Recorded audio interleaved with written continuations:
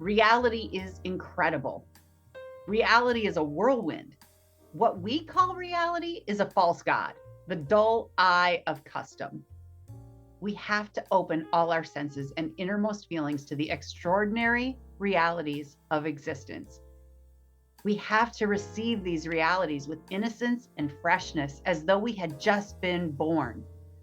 To create, one has to take known elements and make something new of them. And as we have only a few hours of compressed life on stage, our creation better count. We must take from life, and what we take must have pertinence. But also, one of my favorite quotes about reality is what is real? How do you define real? You're talking about what you can feel, what you can smell, what you can taste, and real is simply electrical signals interpreted by your brain. Morpheus from The Matrix. Yeah. It sounds like The Matrix. Yeah, it does, doesn't it? Yeah. Yeah. What I think, all of you are right. Those are all exactly right. What strikes me is the first part, because foundationally and fundamentally, to be able to ignite your imagination and bring it to film, stage, television, right? You have to walk through the world with wonder and curiosity and amazement and awe. You have to experience things fresh. Things you've seen 1,000 times, you have to look at like you've never seen them before, with all the wonder of a child encountering something for the first time. To really soak in the feelings and the details and to use your senses, right? The more we see something, the more we become desensitized to that thing, whether it's something horrible or something wonderful. That cuts both ways. We talk a lot about like, the dangers of horror movies or watching the news too much or, whatever. We become dull to those horrors. We become desensitized to tragedy. We can also become desensitized to wonder. And when we do, we dull the senses. And then when we have to act and we have to pull that feeling, that amazement, that whatever, we don't know how to pull it up because we go, no, it's just a sunset.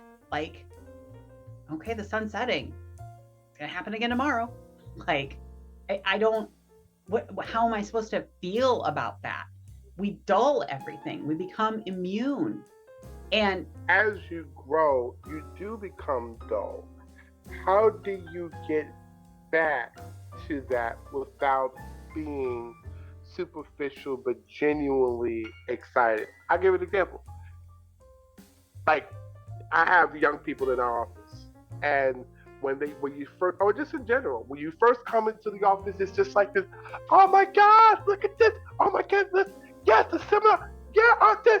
And then as you go through life, it's like, oh, we're coming to this office again. Oh, okay, well, we're doing okay. Now we gotta do.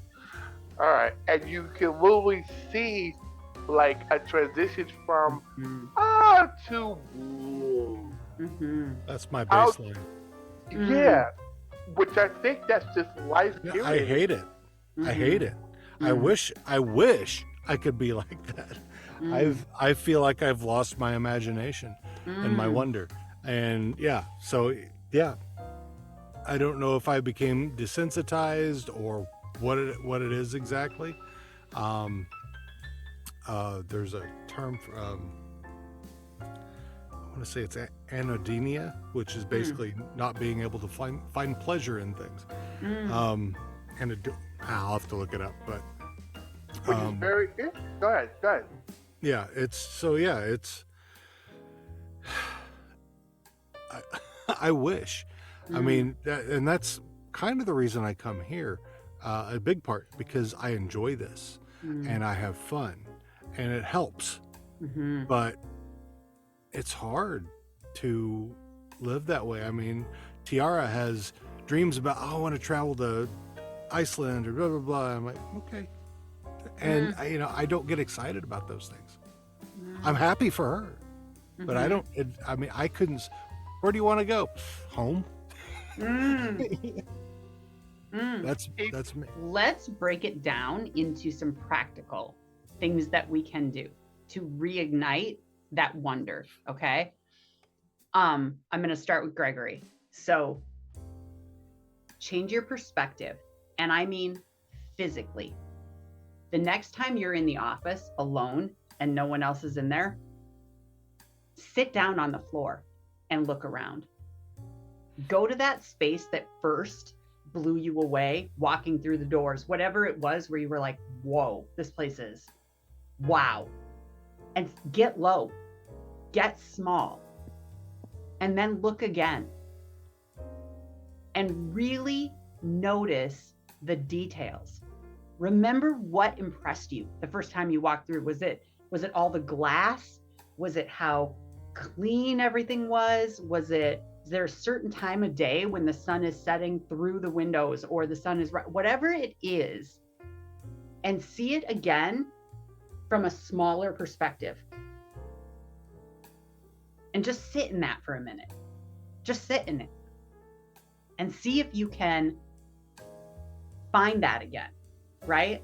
An authentic appreciation for what inspired you the first time. Okay, that's number one. So when it's something tangible, physical, a view, a building, a place, right?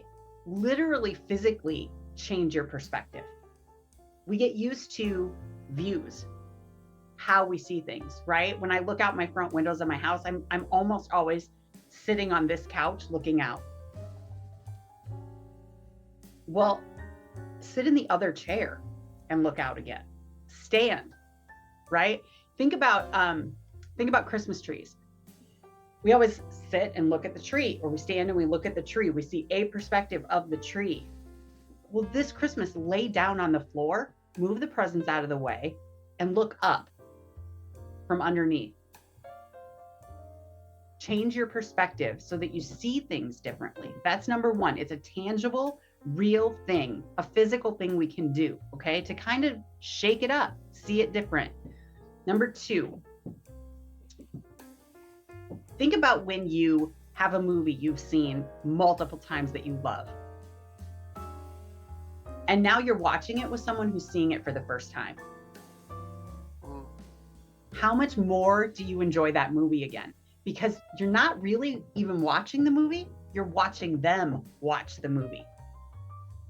And you're watching their reactions. And you know something big is coming, and so you kind of surreptitiously, like, you don't want to give it away because you want them to experience the shock, but you're very aware of their reaction. And that's a memorable viewing for you of that movie. It feels fresh and new again because someone beside you is feeling it. We do that all the time.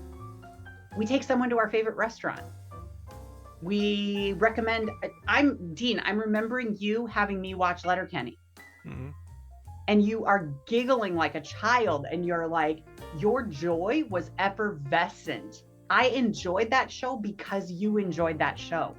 I invested because your passion for it. Right? Yeah. We have it in us. It takes time. We have to carve the time out to be present. I do find myself enjoying watching real reaction videos. Yeah. Like one of my favorite bands, Rage Against the Machine. And there has been, over the last couple of years, people, usually hip hop guys, who are not familiar with Rage Against the Machine. Right. Finding out, and watching their reaction, I was like, oh my God. I'm like, yes. Yes. Yes. It's that share. So, yeah. Those reaction videos get millions of views because we love to re-experience our initial reaction. Yeah. It reawakens. Yeah, like there's movies that I've watched that said, man, I wish I could go back before I ever watch this and watch it again. Yes. But yeah, I watched with someone who's never watched it before, and I get goosebumps. Yeah, that is true. That's very true. Very true. Yeah. The Matrix is another one of those. Matrix is another one. Yeah. Point being, if you want to reignite your passion for something, introduce your passion to someone else. Right? Misty, increase your wages. Let me just say this. Give yourself a raise. I don't know, 10%, whatever. You need a raise for that. You need a raise for that. You have officially became my performance coach. This has changed from acting class to performance coach. This is your challenge. So before we meet tomorrow night, find something that used to give you joy, whatever it is. Okay? I don't care if it's a TV show, a movie, a book, a whatever, something, a song, right? And find space. 15 minutes is all it takes to appreciate it from a new perspective or to share it with somebody. And see if you can find a way to reignite. And then I want to challenge you to, it's not naive. Listen, I have been through some shit in my life. Okay. I have earned some cynicism, but I will not let the world rob me of my joy. I will not. That is unacceptable.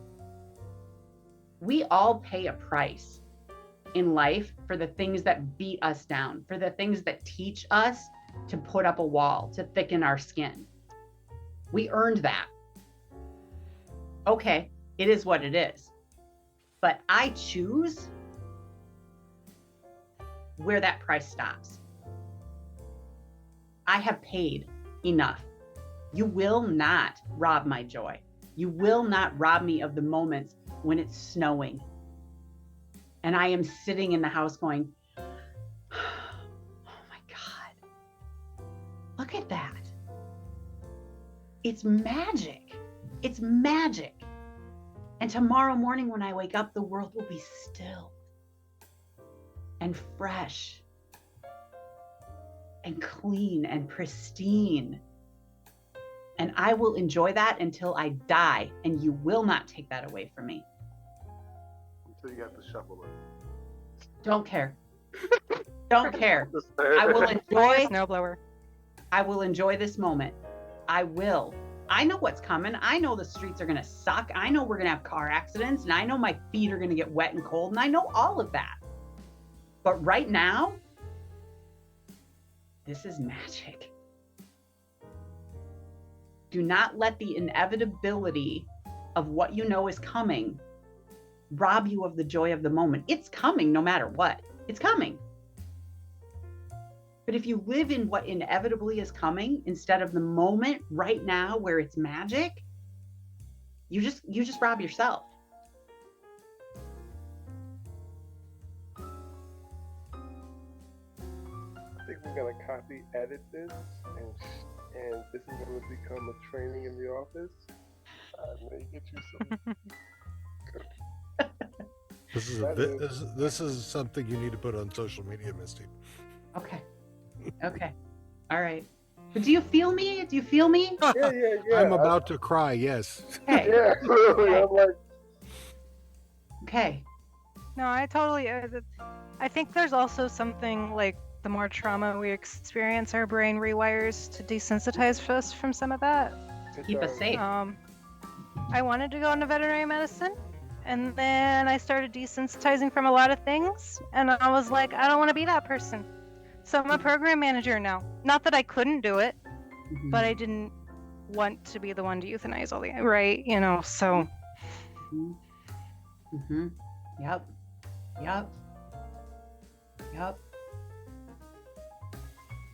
Okay, now we're going to shift just a little bit because how that impacts your acting. Okay, how does that impact your ability?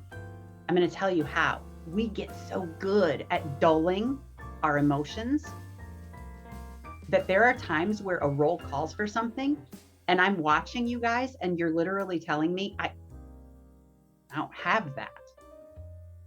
That's not a thing in here. I know what you're saying, Misty. I understand, but it's not there. Yes, it is. Yes, it is. The world has told you to dim the light. And you've become so good at it, you don't even know you're doing it anymore. Your natural state is dimmed. But it's in there. And the beauty of this art is, this is the safe place to flip on the floodlights. It's safe here.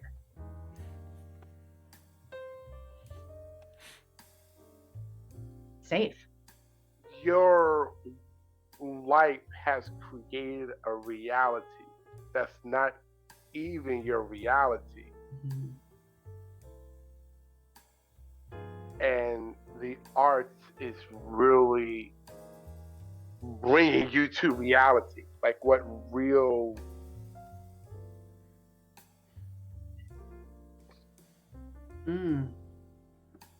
That's profound. That's profound. What we call reality is a false god.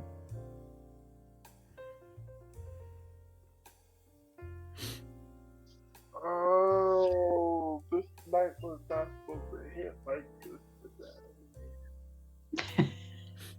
Oh, it's not supposed to be today. Oh. Can we go back to acting about cancer? Hey, this is on par. I started the morning by making hot water instead of coffee, so you know. God, oh, You got it halfway right. Yep. all the things said today, that one hurts the most. Ah, ah. I love you guys.